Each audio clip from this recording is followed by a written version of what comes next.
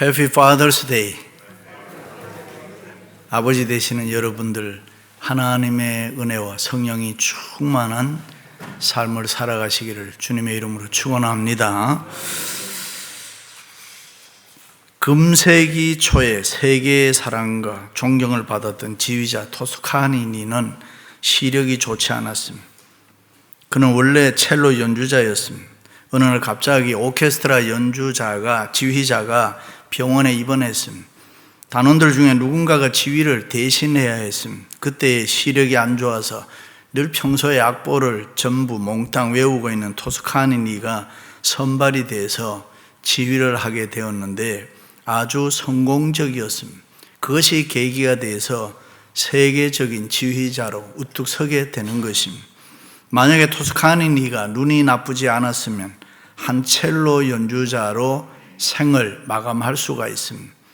그러나 시력이 안 좋아서 눈이 나빠서 악보를 제대로 볼 수 없었기 때문에 그 악보를 외워야 했고, 그것이 동기가 돼서 세계적인 지휘자가 됐는데, 그는 자기 회고록에서 이런 말을 합니다. 내가 어려울 때 힘 대신 하나님께 감사하노라. 좋은 환경이 아니라고 불평하지 말라. 좋은 환경만이 좋은 결과를 가져오는 것은 아니다. 아담은 에덴 동산과 같은 좋은 환경에서도 타락하지 않았는가? 우리는 눈물에 대해서도 감사를 드리자. 눈물이 있는 눈으로 하나님을 바라볼 때 우리는 더 똑똑하게 바라볼 수 있다. 하나님은 우리가 어려울 때일수록 우리 가까이 오셔서 우리를 사랑해 주시고 보호해 주시고 힘이 되어 주시고 붙들어 주신다. 그렇습니다. 사람이 고통을 당한다는 것은 어렵고 괴롭고 힘든 일입니다. 그러나 그 고통은 때로는 더 큰 능력을 줄 수가 있고 때로는 더 큰 축복을 우리가 받을 수 있습니다. 그래서 흔히들 인간의 위기가 하나님의 기회라고 합니다. 우리는 때때로 인간이 어찌할 수 없는 극한 위기에 처하게 될 때에 예상하지 못했던 하나님의 축복이 우리에게 은혜로 베풀어지는 것을 생활 속에 종종 경험하게 되는 것입니다. 일찍이 다니엘은 바벨론의 포로로 잡혀가서 하나님께 예배 드리는 것 때문에 사자굴에 들어갔지만은 하나님께서는 다니엘을 사자굴에서 건져내 주시고 그의 앞날에 총리라는 축복을 베풀어 주십니다. 스데반은 주님을 힘있게 증거하다가 돌에 맞아 죽게 되는데 그 마지막 순간에 하늘문이 열리고 예수 그리스도께서 하나님 우편에 계시는 것을 보고 천사의 모습으로 순교를 하게 됩니다. 바울과 실라는 빌립보에서 귀신 들린 소녀를 고쳐줌으로 제일에 갔지만은 하나님을 향해서 찬송하고 기도할 때에 옥문이 열리고 착고가 끊어지고 기적이 일어났습니다. 할렐루야. 그렇습니다. 여러분은 인생 살아가면서 절박한 위기를 만나면 가장 먼저 무엇을 생각합니까? 도움이 될 만한 돈 많은 사람, 권세 있는 사람, 힘 있는 사람 찾습니까? 성경은 이렇게 말씀합니다. 우리를 도와주실 분은 하나님밖에 없다라고 합니다. 우리 인생사에서 생사하복의 결정권을 쥐고 계시는 분은 하나님이시다. 그러므로 그 하나님이 결제하기 전에는 우리의 모든 노력과 애씀도 수고도 헛된다 그랬습니다. 그러므로 우리는 인생의 주권자이신 하나님 앞에 엎드려 늘 도와달라고 기도해야 됩니다. 왜냐하면 기도는 그 자체가 하나님의 기적과 역사에 동참하는 위대한 능력이기 때문입니다. 믿습니까? 그렇습니다. 세상을 살면서 누구든지 어려움을 만날 수 있습니다. 내 힘으로, 내 인간의 힘으로 어찌할 수 없는 위기, 한계 상황에 놓일 때에 하나님은 때때로 우리가 상상할 수 없는 하나님의 계시와 축복을 베풀어 주시는 것입니다. 여러분이 잘 아시는 대로 야곱은 욕심과 야망이 유달리 많아서 세상에 태어날 때부터 자기 형 에서의 발꿈치를 붙잡고 앞서거니 뒤서거니 쌍둥이로 태어났습니다. 그리고 태어나서도 형의 장자 유업을 자기가 꼭 받아야 된다고 생각했습니다. 그러던 어느 날 사냥을 하고 피곤하게 돌아오는 형 에서에게 팥죽 한 그릇 주고 장자의 명분을 뺐습니다. 그리고 자기가 장자인 것처럼 눈이 어두운 아버지 이삭을 속이고 자기가 에서인 것처럼 강교하게 위장해서 에서에게 주는 장자의 축복을 받았습니다. 그리고 뒤늦게 이 사실을 안 형 에서는 야곱을 죽이겠다고 작정합니다. 그것을 안 어머니 리브가가 야곱을 외삼촌 라반의 집으로 피신해서 살라고 이야기합니다. 그래서 야곱은 어머니가 시키는 대로 외삼촌 집을 향해서 가는데 루스라는 베델 광야에서 날이 저물어 돌을 하나 베고 심히 피곤하여 잠을 잡니다. 지금 야곱은 순례자가 아닙니다. 여행객도 아닙니다. 놀러 가는 것도 아닙니다. 도망자인 것입니다. 아버지와 형을 속이고 욕심이 많아 인간의 교활한 방법으로 자기가 원했던 실제적 이득은 얻었지만은 그는 도망자였고 정신적으로는 몹시 괴로웠습니다. 그러니 영육이 피곤했습니다. 광야에서 돌 하나 베고 잠을 자는데 하나님이 나타나신 것입니다. 당연히 아버지 형에게 못된 짓하고 도망치는 야곱에게 야 이놈아 하고 책망하고 벌을 주어야 하는데 뜻밖에도 하나님은 야곱을 사랑으로 위로하고 축복하시는 것입니다. 야곱아, 내가 어디로 가든지 너와 함께 있어 너를 지키며 내가 내게 허락한 것을 다 이루기까지 너를 떠나지 아니하리라. 그 소리를 듣고 야곱이 깜짝 놀랐습니다. 아니, 하나님이 나같이 나쁜 이런 놈과 함께 이 광야에까지 찾아오시다니 깜짝 놀라서 감격해하면서 베개하고 누웠던 돌을 세워 제단을 만들고 어머님이 비상금으로 준 기름을 몽땅 거기에 다 붓고 감사하면서 하나님께 예배했습니다. 그리고 결심합니다. 하나님의 약속대로 내가 잘되고 축복받으면은 하나님의 전을 짓고 11조 드리겠습니다 라고 서원을 합니다. 할렐루야. 이 이야기가 너무나도 감동적이고 유명해서 사라 아담스는 우리가 잘 부르는 내 주를 가까이 하게 하면 찬송을 만들었습니다. 못된 짓을 하고 나쁜 짓을 하고 도망자로 광야에 있는 야곱에게 찾아오시사 축복해 주시는 그 좋으신 하나님이라면, 그 신실하신 주님이라면 늘 찬송하면서 주께 더 나가기 원합니다. 할렐루야.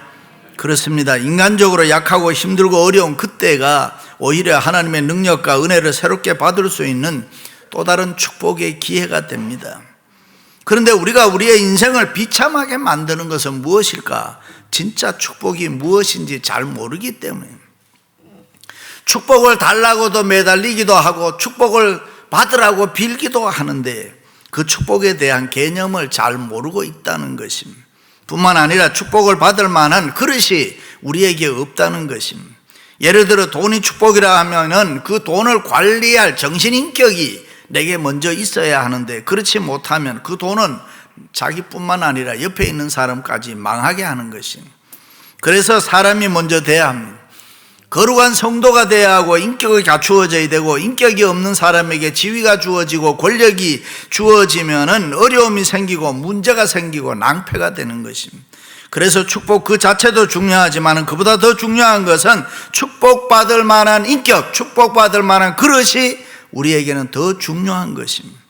그리고 우리가 이미 받은 축복을 깨닫지 못한다는 것입니다. 깨닫지 못하면 영원히 불행한 것입니다. 행복하면서도 그 행복을 느끼지 못한다면 그 사람은 불행할 수밖에 없습니다. 그래서 많은 사람들이 이런 이야기해요. 옛날이 좋았지. 무슨 말입니까? 그때는 알지 못했는데 지나고 보니 그때가 좋았다, 깨달아졌다 그 말은. 근데 여러분, 구원받은 우리 성도들은 정말 그렇습니까? 그때보다 지금이 더 좋고 성경은 지금보다가 우리의 미래가 더 좋다라고 이야기합니다.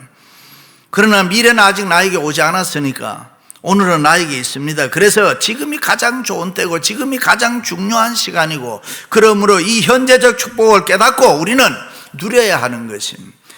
그렇다면 도대체 축복이 무엇입니까?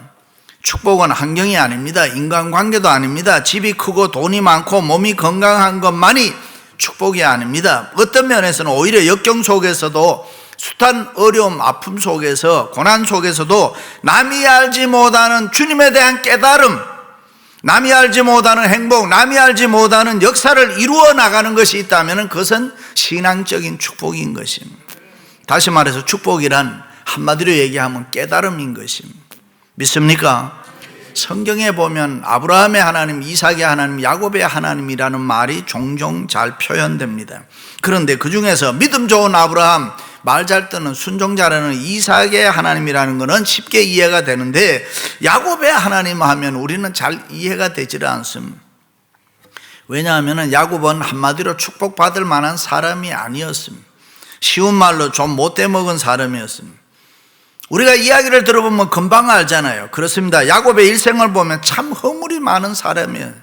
수단과 방법을 가리지 않고 간사한 인간적인 냄새가 물씬 풍기는 것이 야곱입니다. 그럼에도 불구하고 야곱은 자기는 축복받아야 되겠다는 이 간절한 마음만은 있었습니다. 축복에 대한 집념만큼은 누구도 따라갈 수 없는 아주 열렬한 의지의 사람이었습니다. 그런데 야곱은 많은 환난과 고난을 당합니다. 그럴 때마다 야곱은 도대체 축복이라는 게 무엇인가? 축복에 대해서 많은 생각을 하지 않을 수 없었습니다. 어떤 때는 축복은커녕 내 마음대로 살다가 내 명대로도 살지 못하고 내가 여기서 이제 죽는가 보다 하나님 앞에 두려워 떨 때도 있었습니다. 인생을 살면서 수많은 위기들을 많이 만났습니다. 그런데 이처럼 허물 많은 야곱임에도 불구하고 하나님께서는 끝까지 그를 사랑하시고 언제나 함께 하시고 돌보시고 필요한 은혜와 축복을 베풀어 주셨습니다. 마침내 야곱으로 하여금 그토록 원했던 수많은 축복들을 그에게 주었습니다. 그리고 그로 하여금 복된 자로 하나님은 세워주었습니다. 그렇다면 왜 하나님께서 이해 안 되는 야곱에게 축복을 해 주셨을까? 그가 외로워서 그럴까? 그가 불쌍해서 그럴까? 그가 똑똑해서 그럴까? 아니면 그가 사기를 잘 치고 허물이 많아서 그럴까? 그렇지 않습니다. 이유는 하나인 것입니다. 내가 너를 구속하였고 내가 너를 지명하여 불렀나니 너는 내 것이라. 하나님이 야곱을 택해 주셨기 때문에, 다시 말해 하나님께서 야곱을 부르시고 하나님의 것으로 삼으셨기 때문에 그 어떤 경우에도 야곱을 포기하지 않으시고, 여인이 어찌 그 젖먹는 자식을 잊겠으며 자기 태에서 태어난 아들을 긍휼히 여기지 않겠느냐? 그들은 혹시 잊을지라도 나는 너를 잊지 아니할 것이라. 믿으시면 아멘. 야곱이 어디로 가든지 끝까지 함께 해주시고 축복해 주셨던 것입니다. 하나님께서 그를 돌보지 않으셨으면 야곱은 불행한 사람이었습니다. 하나님께서 그를 주권적으로 역사하시고 복을 주시고 야곱의 잘못된 가치관과 생활을 하나하나 고쳐나가는 그런 것을 볼 수 있습니다. 때로는 옛날에 그토록 소중하게 여겼던 것을 야곱은 어느 땐가 가서 그때부터는 가감하게 그것을 버립니다. 목숨처럼 중요하게 생각했던 세상의 것들을 이제는 헛된 것으로 알고 바라보게 됩니다. 그리고 계속적으로 그의 인격과 신앙이 변화되고 성숙하여 갑니다. 하나님은 야곱을 철저하게 하나님의 사람으로 훈련시켜 나가는 것을 볼 수 있습니다. 비로소 야곱은 축복이 무엇인가를 깨닫게 되는 것입니다. 그렇습니다. 어떻게 보면 그의 일생은 축복이 무엇인가를 깨달아가는 하나의 과정이었다라고 할 수 있습니다. 축복이란 하나님으로부터 오는, 하나님부터 주어지는 것이라 이걸 분명하게 깨닫게 되는 것입니다. 그리고 내가 하나님 앞에 바로 일어나서 바로 서서 있느냐, 바로 살아가고 있느냐 하는 깨달음이라는 것을 야곱은 알게 되는 것입니다. 노년에 가서 야곱이 바로왕 앞에 섰을 때 나이를 묻는 바로왕에게 자신의 일생을 돌아보면서 이렇게 대답하잖아요. 내 나그네 길의 세월이 130년이니이다. 내 나이가 얼마 못 되니 우리 조상의 나그네 길의 연조에 미치지 못하지만 험악한 세월을 보내었나이다. 자기의 지난 날을 돌이켜보니 숱한 고생과 환난, 험악한 세월을 살았다라고 고백하는 가운데 야곱은 깨달음의 인생을 보여주는데 성화된 모습, 새로운 사람으로 자기가 변화돼 살아가는 것을 이야기합니다. 야곱이 무엇보다도 먼저 깨달은 축복은 인생은 숏하다, 짧다, 또 하나뿐만 아니라 딥컬트한 세월이다라는 이 고독이었습니다. 그렇습니다. 야곱은 고독한 광야에서 하나님을 만났습니다. 처음에는 부모의 사랑 속에서 의존적 삶을 살잖아요. 혼자 살아가는 것이 아니라 예속된 생활을 살았습니다. 그러나 이제는 다릅니다. 도망자로 베델에 도착했을 때 광야의 야곱은 철저하게 혼자였습니다. 그러나 이 광야의 고독이 사람 되는 길이었고 이 광야의 고독이 하나님 앞에 축복된 자의 출발이었습니다. 할렐루야. 그러므로 광야의 고독은 야곱에게는 축복이었습니다. 영어에서 이 고독을 두 가지로 표현합니다. 하나는 런섬이라 그래요. 허전하고 쓸쓸한 외로운 마음이다. 또 하나는 솔리투드라 그래요. 하박국 선지자가 망대에 올라가서 하나님 앞에 열심히 기도하고 고독하게 하나님의 뜻이 무엇인가를 기다리는 모습입니다. 하나님과의 1대1의 만남의 고독을 이야기하는. 그렇습니다. 지금 야곱은 춥고 무서운 광야에 고독했습니다. 그런데 그 고독한 광야에서 하나님을 직접 만나는데 그것이 바로 야곱에게는 축복이었습니다. 광야에 찾아오신 하나님은 먼 훗날 돈이 많고 재산이 많고 부자 되게 했습니다. 자기가 원하는 대로 여러 명의 아내와 자녀들을 많이 두는 식구가 많아졌습니다. 소위 인간적으로 보면 성공했습니다. 그러나 야곱은 그 세상적 성공을 살아가면서 자랑하는 것이 아니라 자기가 홀로 고독한 가운데 있을 때에 그 광야에 찾아오셔서 나를 축복하신 그 하나님을 사랑하고 그 하나님을 자랑하게 되는 것입니다. 할렐루야. 그렇습니다. 우리는 세상을 태어날 때도 홀로 태어났고 세상을 살 때도 때로는 홀로 살 때도 많습니다. 홀로 결정하고 홀로 책임져야 할 때가 많습니다. 언젠가 요단강을 건너 천국에 갈 때도 우리는 홀로 가야 되는 것입니다.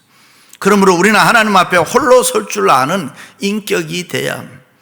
홀로 설 줄 아는 인간을 만들기 위해서 하나님은 때로는 우리의 재산을 빼앗아 가기도 하고 때로는 건강을 빼앗아 가기도 하고 이해할 수 없는 여러 가지 고통을 주셔서 깨닫게 하시는 것입니다. 하나님께서 그러한 방법을 통해서라도 그 고독한 가운데 있는 우리를 찾아오시사 직접 만나기를 원하시는 겁니다.